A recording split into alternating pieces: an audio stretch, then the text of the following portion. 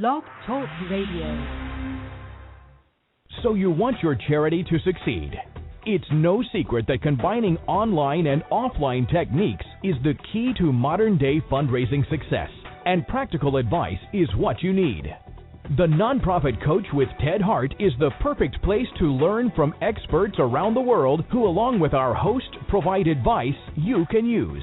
Ted Hart is without a doubt one of the foremost nonprofit thought leaders. Also a successful author, his books cover a broad range of topics from major gift fundraising to use of social media and how to succeed online. Ted lectures around the world, but now he's here for you. From the latest in charity news, technology, fundraising, and social networking, Ted and his guests help you maneuver through this economic downturn in the charitable sector to greater levels of efficiency and fundraising success. Remember, this is a live call-in show. Become part of the show by adding your voice.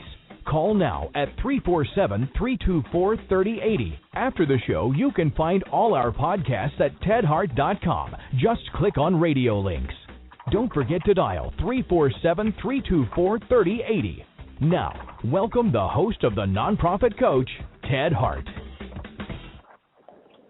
And this is Ted Hart, your host of the Nonprofit Coach radio show. This is December 11th, and I'm coming to you live from the national headquarters of the Charities Aid Foundation of America. We've got a big show for you today. As the announcer just mentioned, this is a live call-in show, so please make sure that you prepare to call in and ask your big questions for our Page 2 expert today, Clint O'Brien, who is coming to us from CARE 2. Also, you can join us over in the chat room, and you can email me your questions at tedhart@tedhart.com. As always, here on the Nonprofit Coach, we start the show with Page 1 News.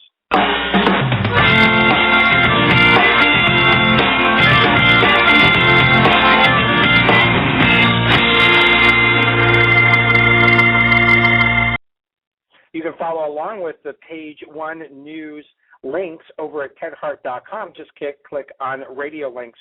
First up here in the news today is big changes coming in the new year from Twitter. Twitter will be reducing some tweets to just 117 characters. So if you think 140 characters isn't enough to say what you want to say, get ready for 117. Starting in February, tweets that contain certain URLs will be reduced to 118 characters, 117 for HTTPS links. While that may not seem like a huge drop, the change represents a 2-character drop per tweet from what you're currently able to send as a hypertext link is involved. Announcing just Thursday of last week, the Twitter developers blog, the adjustment is due to some upcoming changes at Twitter's T.co link wrapper. The revision extends the maximum length of T.co wrapped links from 20 to 22 characters, and for non-HTTPS URLs from 21 to 23 characters for those secure links. You can read all the details over in the radio links today at tedhart.com. Next up here on Page 1 News comes to us from the Chronicle of Philanthropy.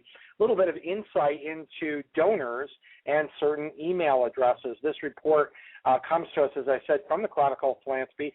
Donors who provide their work email addresses when they make an online gift tend to contribute more than those who use free email addresses such as AOL, Gmail, Hotmail, or Yahoo. According to a new report, they analyzed some 320,000 gifts from 165,000 donors, so good size report here. For most of 2012, people with work addresses contributed a $165 average gift, while those who offered Gmail addresses only gave $143 per gift, according to QGIV, an online mobile fundraising platform used by small and medium-sized nonprofits. People with AOL addresses donated just $138 each time they gave a gift online, with the cheapskates over on Yahoo only giving $120. For charity fundraisers, the findings suggest they can win bigger gifts by aiming appeals at donors based on email addresses that they use from their businesses. So take a look at this, analyze your email list, and see if there may be reason to have a different sort of appeal for those that are clearly branded as business email addresses as opposed to AOL, Gmail, Hotmail, or Yahoo, who tend to give less. Next up here on Page One News, this is our day for the CFRE Minute. And today, Phil Schumacher is going to be filling in today. Phil Schumacher is the vice chair of the CFRE International Board. Ava Aldrich normally joins us for the CFRE Minute, but this is quite a thrill for us to have an opportunity to chat with Phil Schumacher. Phil, welcome here to the Nonprofit Coach Radio Show. Thank you, Ted. Nice to be with you. Yeah, great to have you here on the show. Each month we have the CFRE Minute, where we give our listeners an opportunity to have insight into what's happening at CFRE. So take it away. What's going on over at CFRE.org? Well, I think I have something that's special. We haven't announced this yet, so you're the inaugural announcement of this. Our board met the first weekend of December, actually the 30th of November and the 1st and the 2nd of December. And one of the items that we looked at was, we always look at our exam, of course, and the exam committee was making a recommendation. And one of the things that the exam is heavy on is ethics, but as we realized, not all individuals are part of organizations with ethical and professional standard statements. Most of those that take the test are, but not everyone. So the exam committee recommended and the board approved that we will use the International Statement of Ethical Principles in Fundraising, which was first rolled out in December of 2006 and passed by a body of about 17 different organizations, as a underlying ethical statement for the exam and for the CFRE International. So we're very excited about that. And just very briefly, what it really wraps itself around are 5 key words, and they are actually universal principles. And those are honesty, respect, integrity, empathy, and transparency. And the exam committee actually built 4 or 5 questions around the ethical statement, which will be, those questions will be now tested and eventually moved into the different versions of the exam. Well, that's terrific. Thank you for announcing that. We always appreciate it here on the Nonprofit Coach when we're able to bring news. And the International Statement of Ethical Principles in Fundraising, as you mentioned, from 2006, is a statement that we endorse and urge that our listeners follow here on the Nonprofit Coach. And I think this is an incredible endorsement from CFRE, another very important feather in the cap for the ethical principles. And I agree with you. I think that for those who maybe come from different traditions or don't have access or have not been utilizing some of the other ethical principles that are out there, this sort of creates a little bit more of a level playing field for the questions on the exam that have to do with ethics. We certainly think so, Ted, and I'm excited about it, and happy that we're able to share this type of information with you and your listeners. Well, that's great. Well, thank you, Phil Schumacher, for joining us here on the Nonprofit Coach with the CFRE Minute, and today making news here and announcing to our listeners for the first time the outcome of your board of directors in the endorsement of the International Statement of Ethical Principles in Fundraising and the 5 universal principles, which now will be incorporated into your exam and I think provide a level playing field for those seeking to take the exam to have a good shot at passing the exam when it comes to ethics. And I think, Phil, from years and years of talking to people about taking the exam, I think one of the scariest parts for a lot of people is the ethical principles, because, of course, we all hope to think of ourselves as ethical fundraisers, but when it comes to an actual set of standards, what is the exam looking for? And this gives everybody a common platform to look to. Exactly. Thank you, Ted. You bet. That's Phil Schumacher, Vice Chair of the CFRE International Board, joining us here on the Nonprofit Coach. We're still here on Page One, and going back to Page One News, I do want to draw your attention over in the radio links. You'll find the Social Media Report 2012 Facebook dominance in the U.S. continues. Interestingly, consumers spent 20% of their time on PC, while 30% of their time online by mobile. So for all of our listeners today to seriously be looking at where does a mobile fit within your overall plans. In the United States, Facebook remains the most visited social networking site on PCs, conquering 152 million visitors. Mobile apps acquire 78 million, and mobile web about 74 million visitors. Facebook proves to be multiple times the size of the largest social sites across each platform, and it is the U.S. top brand, as 17% spent time online by PC using Facebook. So read the entire report. This will bring you up to date in terms of who is using what. However, here on the Nonprofit Coach, we still stand by our 6 pillars of success for nonprofit organizations online, which starts with a well-designed website, includes having a robust GuideStar strategy. And when it comes to Facebook, we actually rank LinkedIn as more important for the average nonprofit seeking grant support and seeking to connect with corporate executives. Not to say that Facebook is not important. Facebook is in the top 6 pillars of success for nonprofit organizations. The question for your organization is, where does it fit and what is the likely payoff for your organization? So that gives us the opportunity to wrap up today here on Page One News, which means it is time to move over to our Page Two expert.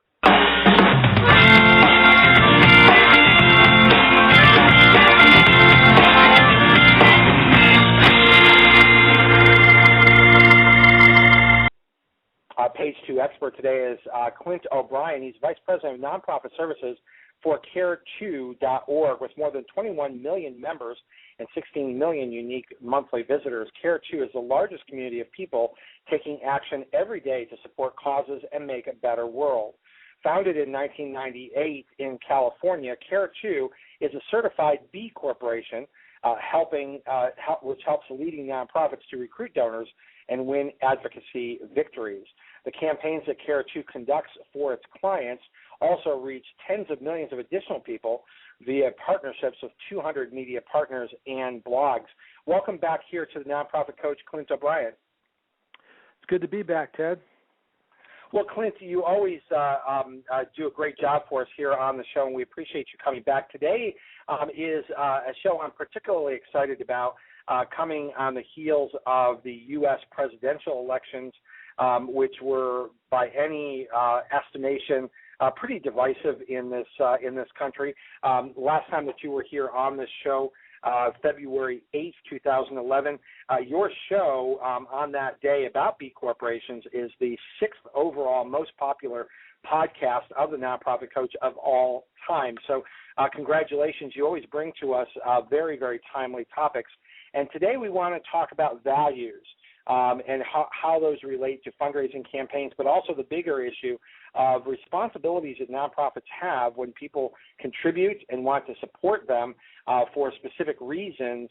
How are they meant to be stewards of that work? So I'm going to let you kind of get started. Tell us a little bit about Care2, but also lead us into why you think this is such an important topic for all of my listeners as they look to successful campaigns in 2013. Well, it's a pleasure. So I guess it starts with the fact that I've now been in the nonprofit sector for 16 years, because before coming to Care2, I was at the Public Broadcasting Service, the nonprofit TV network. And then since coming to Care2, which is a for-profit, but a for-profit that earns its living by serving nonprofits primarily, I've been, it's something that I've thought a lot about, and I've seen lots of examples of organizations that approach the whole topic of core values really well, and then others that stumble on those issues. And so I think that what your listeners, who undoubtedly include a lot of professional nonprofit fundraisers, find important is, what are the principles that come out of these experiences, both the good and the bad, and the lessons that can be learned, because I think so much of what gives strength to any nonprofit organization is its brand and the relationship that its brand has with supporters of that organization, especially donors, but not only donors, also with volunteers and other kinds of supporters who help the organization. And so there's this tremendous asset that builds up over time for an organization, and that includes for-profits, by the way, but it's a tremendous asset in the form of the trust and the willingness of constituents of an organization to support that cause in that particular organization, and it can be squandered. And, it's no secret that earlier this year, a lot of us were watching like a slow-motion train wreck what was happening with, one of the most respected nonprofits that in the health space, and that's Susan G. Komen, Race for the Cure. Yeah, break that down and just remind my listeners what happened there. That seemed to be someone's personal views breaching into a very unwelcome space for a very respected brand.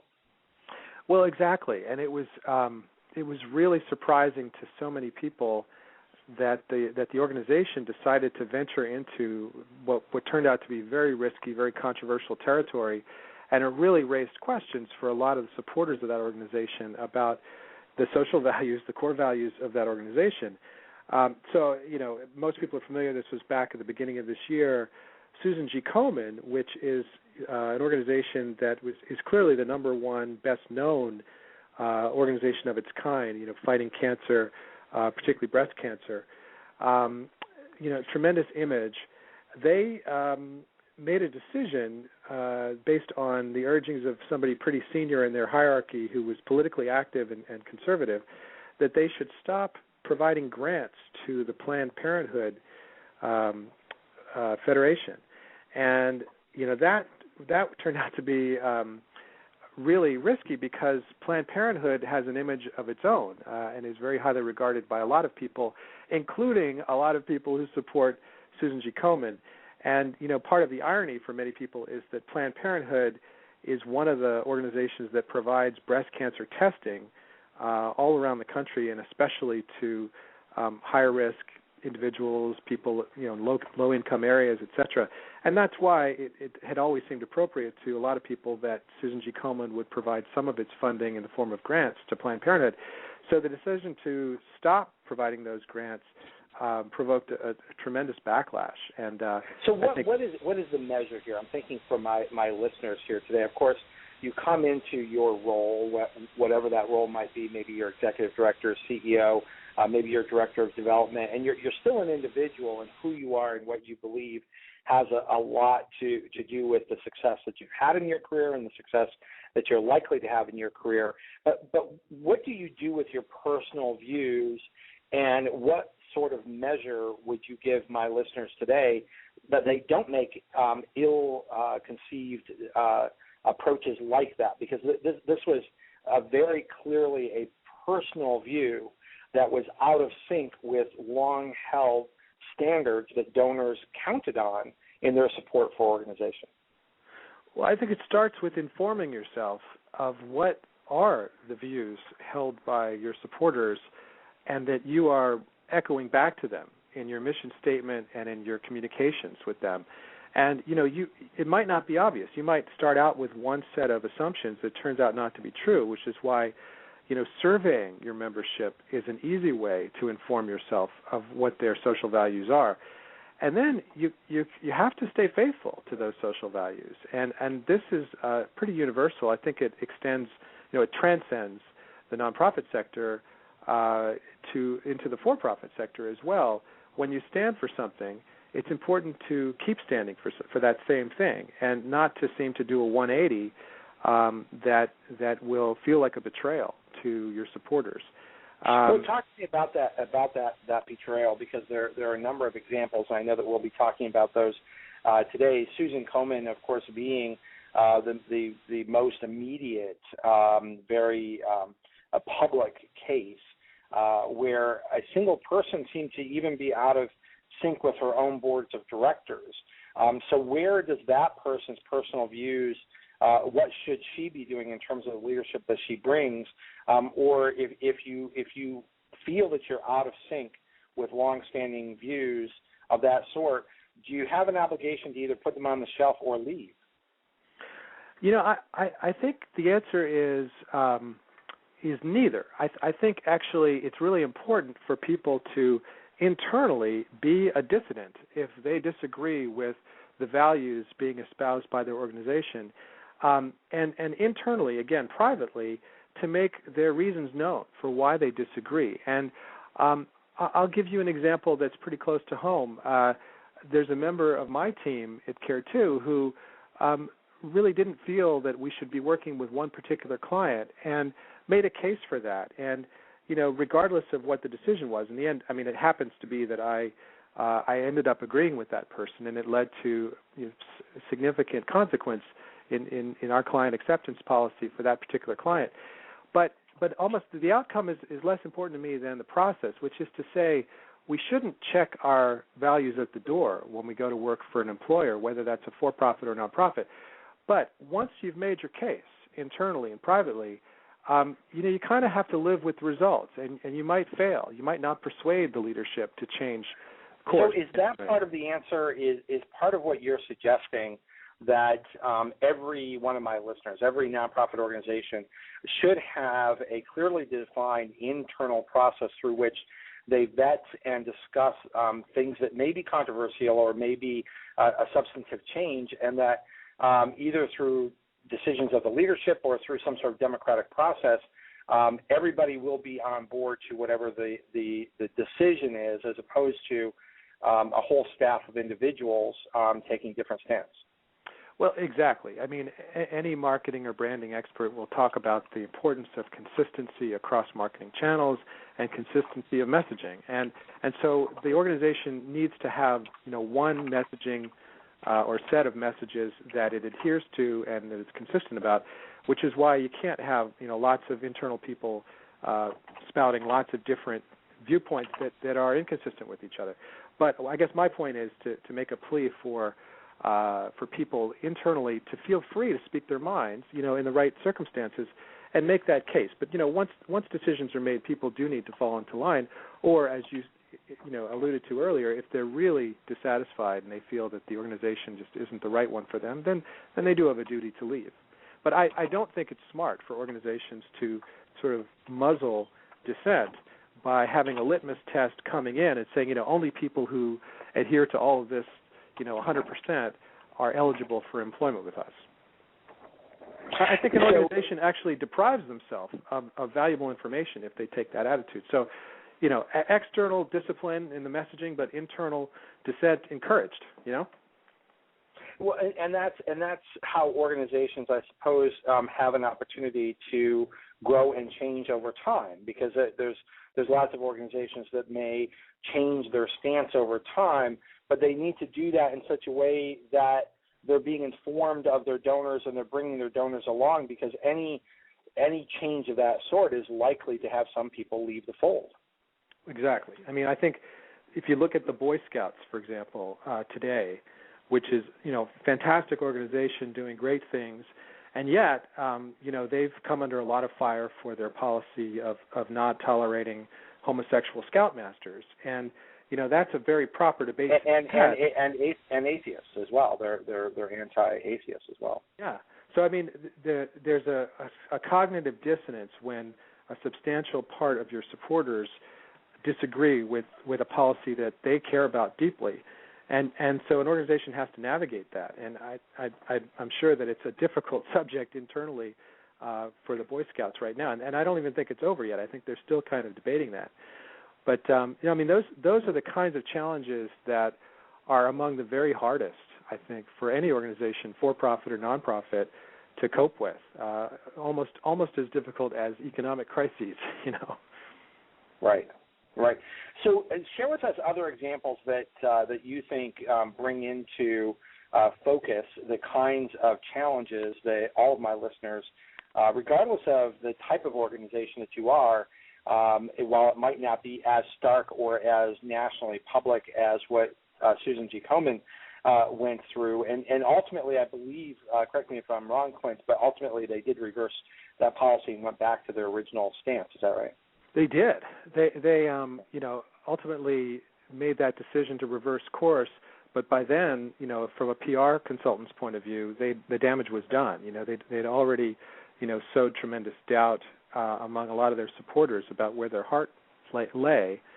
And I think it may take a long time for them to kind of recover from that incident. And I think it's totally possible, and hopefully it will be possible for them to recover. But it just may take a while. Building trust is something that typically takes a long time, and yet it's amazing how you can lose it pretty quickly if you make poor choices.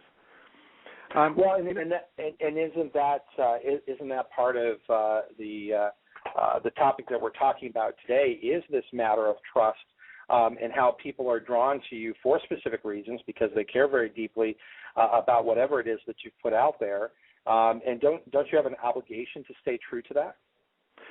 You have an obligation on multiple levels, right? There's sort of the ethics or morals of it, but there's also kind of the business case for consistency.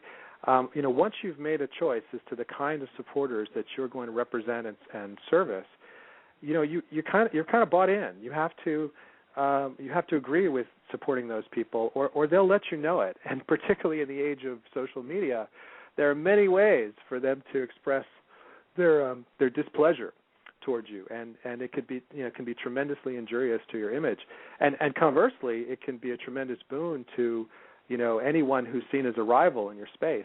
And so the obvious case in the case of Komen is Planned Parenthood, which raised record sums of money during that whole affair earlier this year because there was tremendous outpouring of sympathy for Planned Parenthood. I remember even Mayor Bloomberg did a matching campaign, something like $250,000 for Planned Parenthood as a way of very publicly expressing his support for Planned Parenthood, which was seen as kind of being discriminated against and victimized by the situation.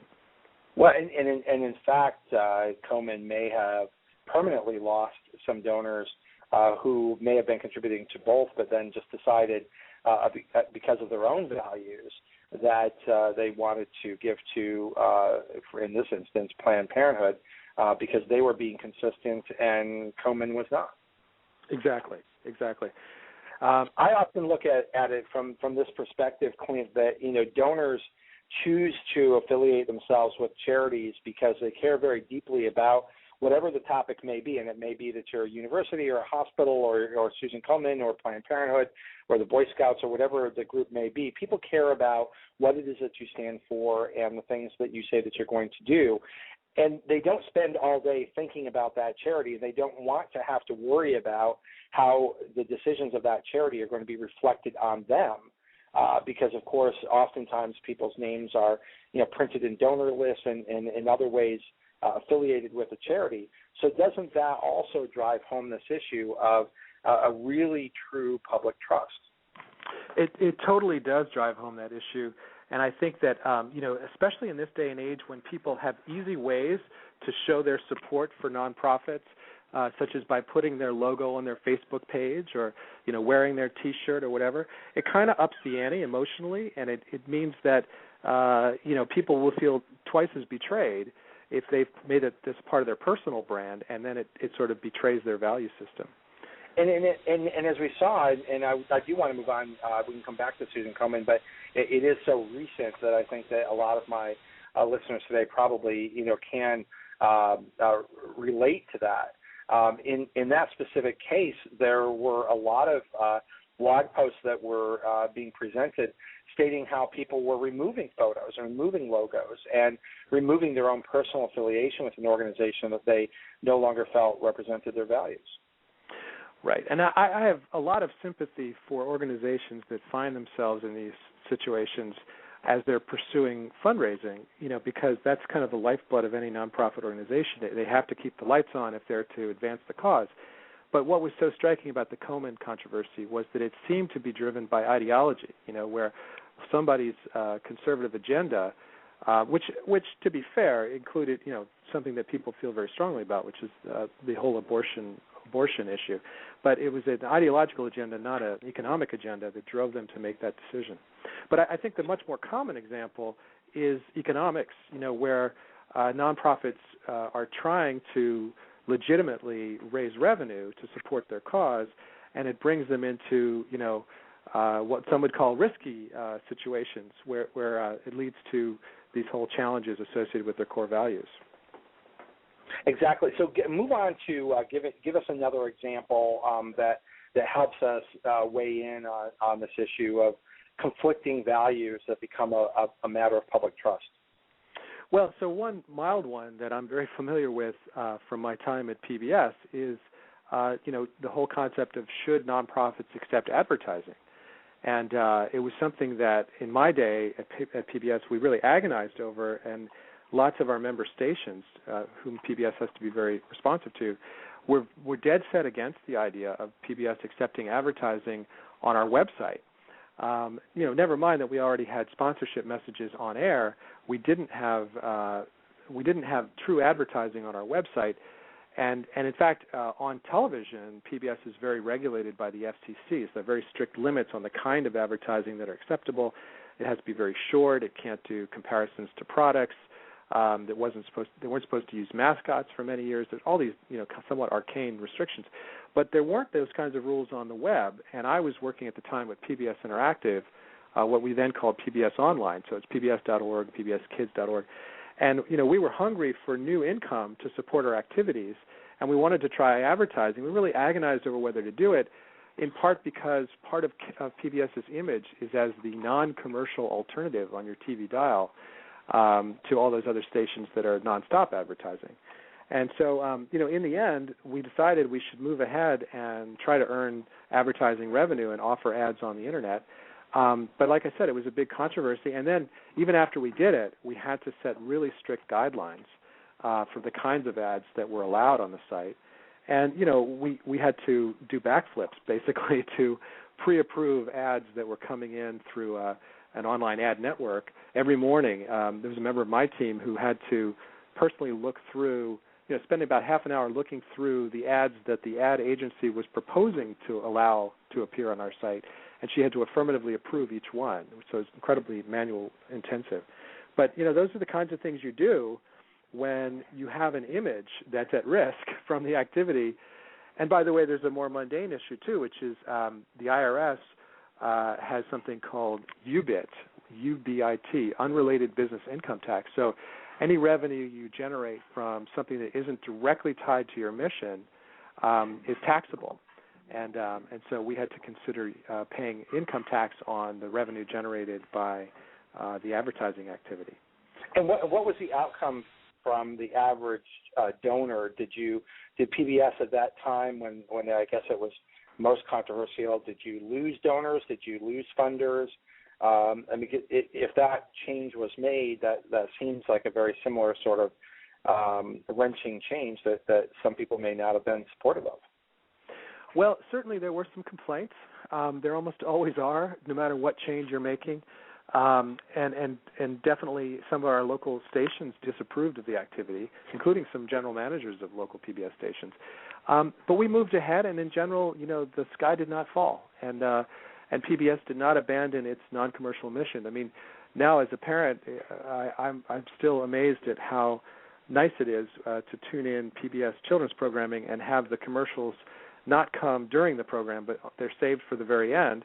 And then they're really soft, mild commercials. They're sponsorship messages, and they're short, and they don't hit you over the head. And so it's still kind of an oasis for me on the TV dial. So, no, I feel as if that was the right decision. But, it did call into question our relationship with our viewers, and it did displease some of them, and we probably did lose a few donations, just not a ton.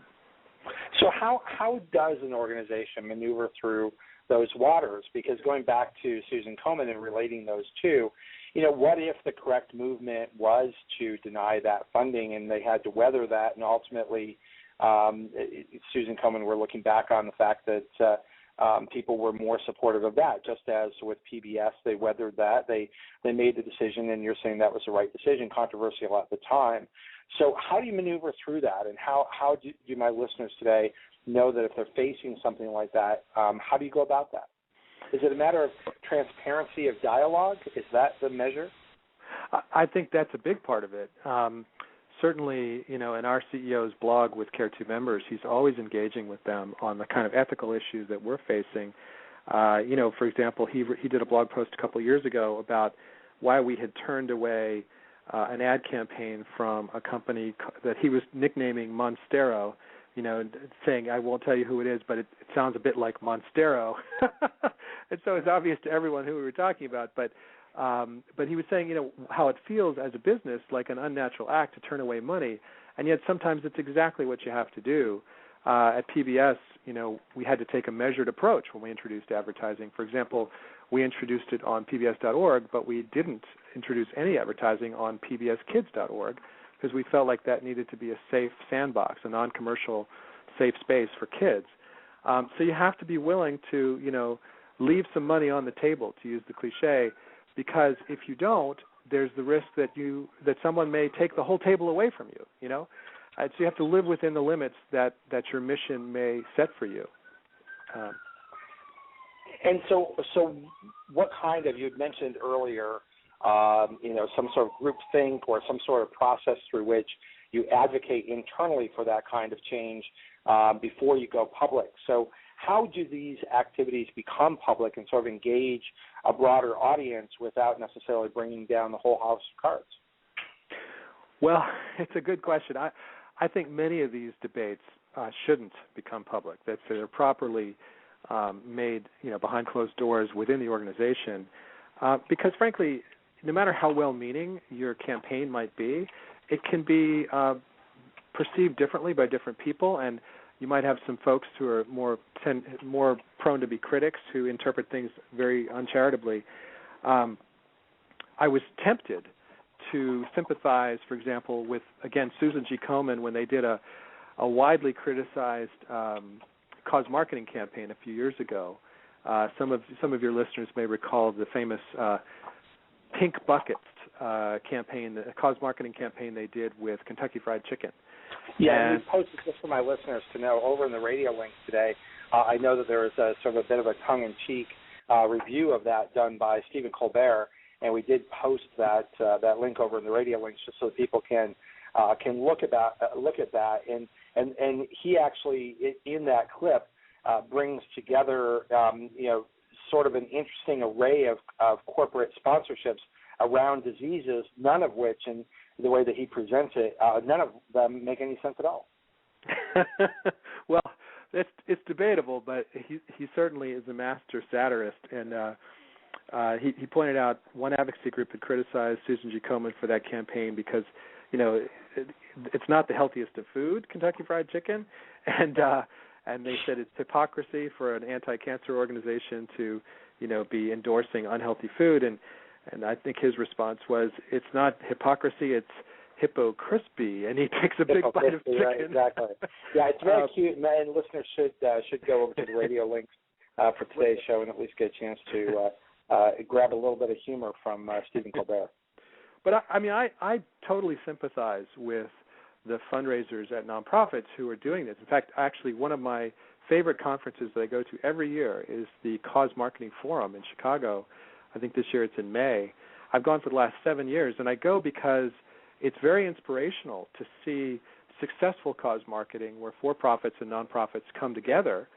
They team up, and it provides a win-win, to use the cliche, because it's really good for the nonprofit typically, and it's also good for the for-profit.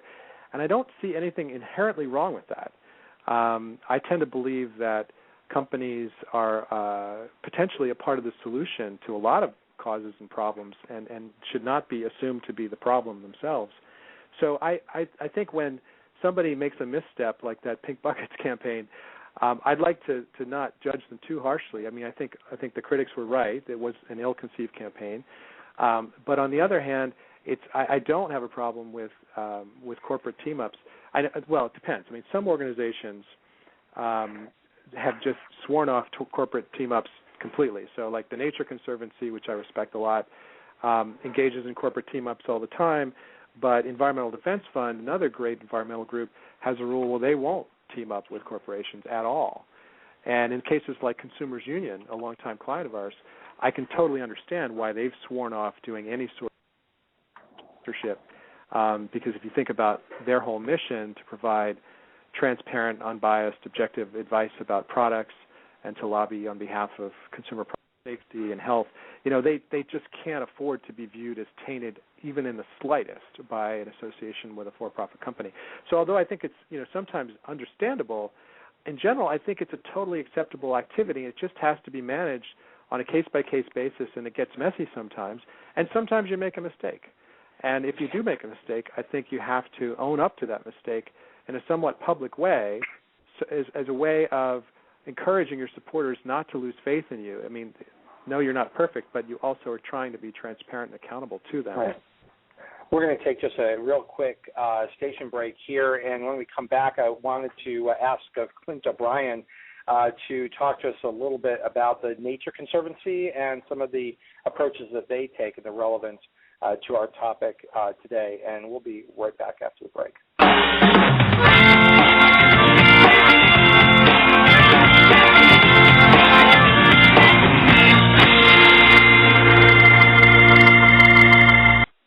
Just a program note that next week is the final show here on the Nonprofit Coach for 2012. This is our big holiday show, and each year, Kay Sprinkle Grace is our guest, helping you with the strategy that you will need for 2013 for success. And she has done that for the last couple of years, and always delightful on the holiday show. We then go into our holiday hiatus, and the holiday hiatus will take us through until the show returns to its regular schedule starting on February 12th. So note that on your calendars that the time from next week on through February 12th is a great time to catch up with over 100 podcasts that are available here from the Nonprofit Coach at tedhart.com.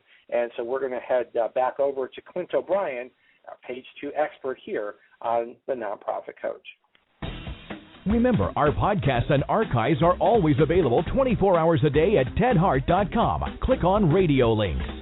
If you're listening live today, the phone lines are open. Call in and ask a question by dialing 347-324-3080. Now, back to the Nonprofit Coach with Ted Hart. And we're back here live with Clint O'Brien, who is the Vice President of Nonprofit Services for CARE2. Clint, before the break, I asked if you might weigh in on some of the decisions and policies of the Nature Conservancy and how that relates to our discussion today. Well, sure. So the Nature Conservancy sees its role in the spectrum of environmental groups as being to conserve land. I mean, you probably remember the great TV advertising with Paul Newman and other people talking about their mission. And the particular approach that they use includes aligning themselves with corporations that are willing to donate land as a way of conserving it. I mean, that's kind of their main approach. And so, it's important to them and the role they've chosen for themselves in this sort of ecosystem of nonprofits conserving nature to not demonize companies, but rather to work with them for the benefit of protecting land. Now, occasionally, they've made choices that have probably caused them to wonder whether those were good choices. I mean, most recently, they had allied themselves pretty closely with BP, and after the oil spill in the Gulf, BP was not on everybody's list of favorite companies. And also, I think they've taken some criticism. I remember an expose in the Washington Post some years ago about how a lot of the companies donating land to TNC would maintain the rights to drill for natural resources under the land, from adjacent property, kind of on a diagonal. And so stuff like that, it's fair to debate whether all those policies are the best, but they're not holding themselves out as perfect, and they're not adopting for themselves, the kind of very self-righteous position of other nonprofits on the opposite extreme, who do tend to demonize companies I'm talking about the environmental vertical, I guess, of nonprofits. And what I always tell my kids is it takes all kinds to make a movement. So, if you want to have, if you're going to abolish slavery, there are moderates and there are extremists. And so John Brown was an extremist, but he helped, at least in the perception, show that other abolitionists were less extreme, and so you could work with them. And I feel the same way about, like Martin Luther King and the Civil Rights Movement.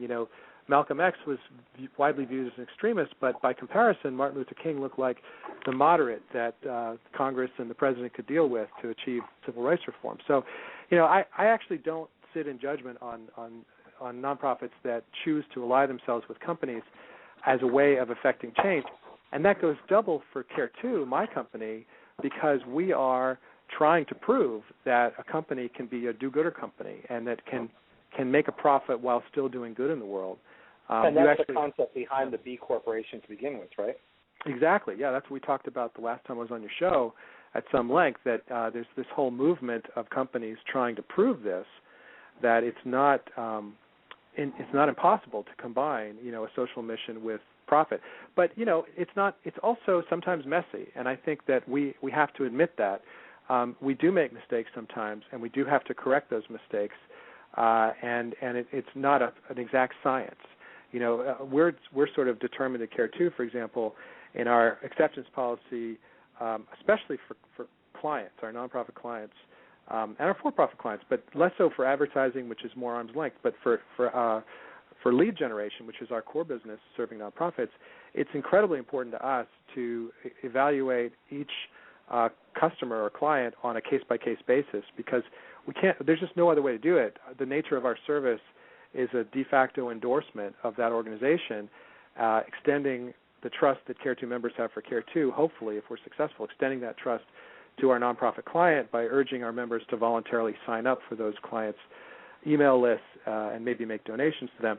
So to us, that's much more than advertising, and we don't have a choice. We have to have standards in how we're going to accept clients.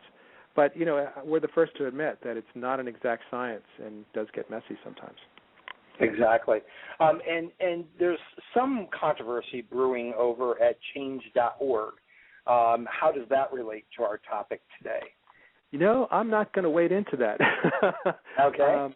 They, like us, they're a for-profit that serves nonprofits, but their policies I can't speak for. I can only speak for ours, but I will say that, it kind of goes back to what I was just saying, that it's really important for us to have this case-by-case approach, messy though it may be, because we really can't take on paying clients who are doing recruitment through our service without making this endorsement. And so it's important that we're only endorsing those organizations that we can feel good about endorsing, and just as importantly, that our millions of Care2 members can feel good about supporting. And so that's the choice that we've made. But I'm gonna decline to talk about that particular one. Okay. Well, I'll talk a little bit about it.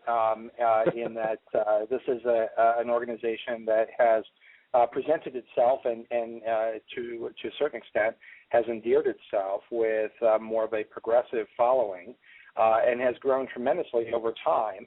And it, for some people, and I invite my listeners to look into this just from their own perspective. For some people, that is a sacred trust in that people who have decided to affiliate themselves with that organization specifically was not doing that based on falling in love with a particular platform or a set of technology, but that they felt that they were aligning themselves with millions of other like-minded people, and as the name suggests, they were able to affect change based on those topics. And as I understand it, there is a consideration of changing that to no longer represent the people who have been on their platform from the progressive wing of the political spectrum, but to now treat it more as a commodity and to open that up to anyone who might use it. And I think that for some people that feels like betrayal, and for other people they are concerned about it actually being used not to just straight up support conservative causes of one sort or another, but more nefarious use to actually try to undermine what they might consider to be their opposition by muddying the waters on a platform that's been very successful. So I'll just put that out there because it is important to our topic today that we explore all different avenues, and I think it comes back to, again, this public trust that we've been talking about, that when you present yourself in a certain way and when you are successful because people are drawn to you for the particular success that you have had, it is important that you then realize that you are representing people on a level more than just they contribute to a charity or they contribute to a cause, or in this case they use a particular type of technology. So I think across the spectrum, whether it's Komen or the Boy Scouts or TNC or PBS or Change.org or any of the other topics, it's not an issue of whether or not you support progressive causes or conservative causes. That's actually beside the point. It's more an issue of knowing those who you are running an organization or party to support that are there for a very specific reason. And I bring this back, Clint, to sort of a non-technology question that has been around for a very, very long time. And this comes down to the use of direct mail lists. Who actually owns your donors? Do you own your donors? Can you essentially use that list in any way that you choose because they are a commodity that belongs to you? Or I think as most people who are in the nonprofit sector feel that those names are only there because of the public trust that has been built, that those names are not owned by the charity, but in fact the donors maintain their own identity, and that they will affiliate as they choose. And that trust, that basic balance, is one that must be honored. Yeah, well, absolutely, and I think it's no wonder that a lot of people, when they're targeted by a direct mailing and they never consented to be targeted, might be turned off by that. And it's not against the law or anything, but it's the equivalent of spam in your physical mailbox, and nobody likes spam in our electronic mailbox. But precisely, I mean, I think that it's one of the reasons why I think a lot of fundraisers are struggling right now with doing direct mail acquisition. It's declining numbers of people being acquired that way. But no, I mean the ethical stuff is it's just so messy, isn't it? Well, and bring this full circle to this issue of ethics and values. Is this an ethical imperative? I think so, and I think the stakes are raised for nonprofits that engage in advocacy, right? Because typically for advocacy there is a collective movement to try to change the behavior of a company or a government or, to get a law enacted or to block a law or something. And you're asking people to weigh in, and, you're having to show a common bond with them, some unity. There are, plenty of folks who, like, PBS, I keep bringing them up, but PBS and NPR and Smithsonian, or even, St. Jude Children's Research Hospital, a client of ours, that shy away from advocacy activities for various reasons, and so they have to use other non-advocacy techniques for getting people's attention and acquiring donors. But then there are plenty of other groups, a few that come to mind are like Defenders of Wildlife or HRC or Greenpeace or Amnesty International, and those are advocacy-based organizations, like Children's Defense Fund. So they're skillfully using advocacy campaigns partly as a donor acquisition campaign, and I think that's totally appropriate and actually really smart for all kinds of reasons, but it raises the stakes, doesn't it, that you have to keep faith with your supporters who you're urging to take some collective advocacy action together with you on. And so, you have essentially a social contract with those people that cannot be violated or betrayed. And and I think you're right. I think that's the essence of the message for today is that you need to understand your supporters at a level that you can honor that sacred trust. Right. Yeah, I mean, I think it is pretty sacred, and particularly for fundraisers to remember.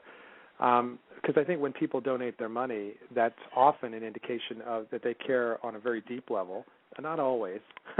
Some people, it's kind of a cop-out, easier to write a check than to get more involved. But for most people, most of us who don't have tons of money in the bank, to actually write a check and donate is a big deal for us, and we don't do it casually. And I think most people, at least on some level, it is a big decision for someone to make a gift, no matter what the size might be, because the value exchange there is that they could use that money for something else. Exactly. Yeah, but I want to stress that I have tremendous sympathy for fundraisers who have to grapple with these questions, and I'm one of those people who believes I'd rather be damned for doing than damned for not doing. So while it's imperfect, I think it's important that for the appropriate organizations that they look at all these tools, whether it's advocacy or cause marketing with for-profit partners or advertising. I mean, to me, none of these are inherently wrong. It just has to be done carefully and with a sense of values, and is the message for today. And again, I'm keeping track of the clock here. We only have a few moments left here on the show. Is the message for today to be transparent in those discussions, that you represent a community and not your own personal views?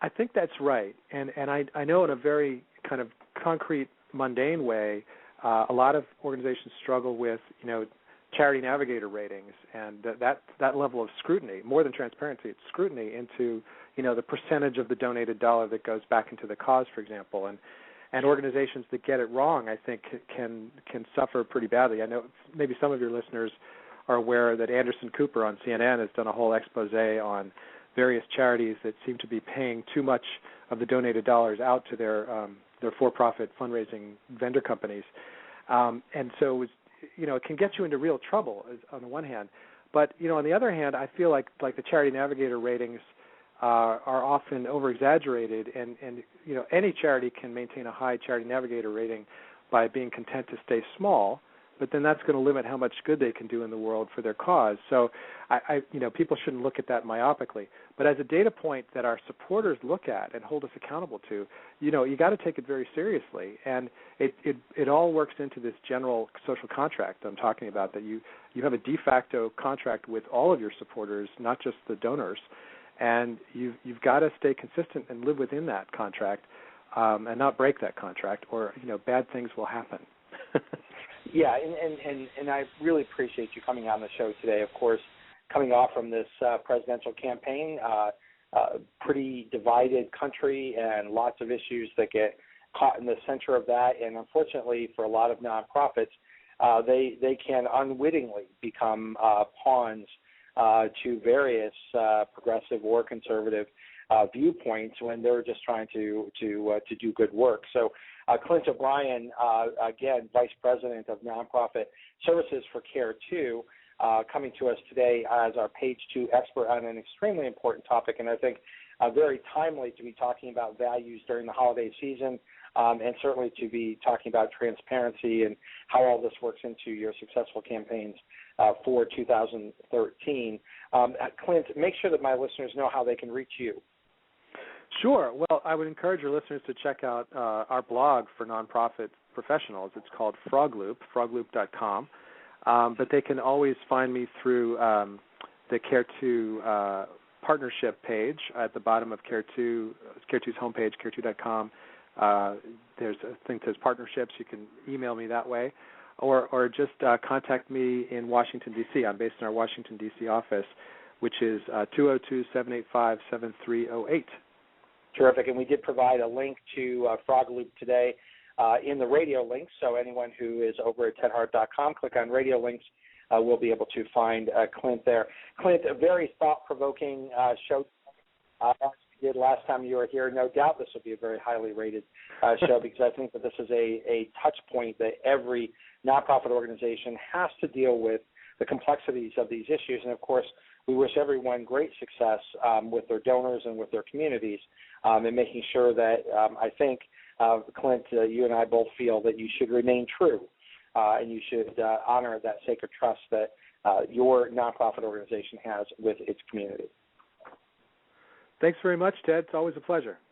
You bet. And that is the Nonprofit Coach. We'll be back next week with Kay Sprinkle Grace on Tuesday at 12 noon Eastern. That will be our final show for this 2012 season, coming back to you in 2013 after our winter hiatus. Everyone, have a wonderful week. We'll be back with you next Tuesday. You've been listening to the Nonprofit Coach Radio Show with Ted Hart. Tell all your friends to check out our production schedule and download our iPod and iPad-friendly podcast at tedhart.com. Thanks for listening to the Nonprofit Coach. When it comes to cleaning your house, who doesn't wish un galán with a trust fund swept in and passed the mop to your evil stepmom like in the telenovelas? Hola, it's Chiquis here, and although life isn't always like in the soap operas, Fabuloso does bring a clean that's always over the top. Get your home dramatically clean anytime you like, without any evil mama drama. Just long-lasting lavender freshness. That's Fabuloso, taking the drama out of any mess. Fabuloso's 2x concentrated formula provides 2 times more active ingredients versus non-concentrated Fabuloso Original. Use as directed. It is Ryan here, and I have a question for you. What do you do when you win? Like, are you a fist pumper, a woohooer, a hand clapper, a high fiver? If you want to hone in on those winning moves, check out Chumba Casino. Choose from hundreds of social casino-style games for your chance to redeem serious cash prizes. There are new game releases weekly, plus free daily bonuses, so don't wait. Start having the most fun ever at ChumbaCasino.com. Sponsored by Chumba Casino. No purchase necessary. VGW Group. Void where prohibited by law. 18+. Terms and conditions apply.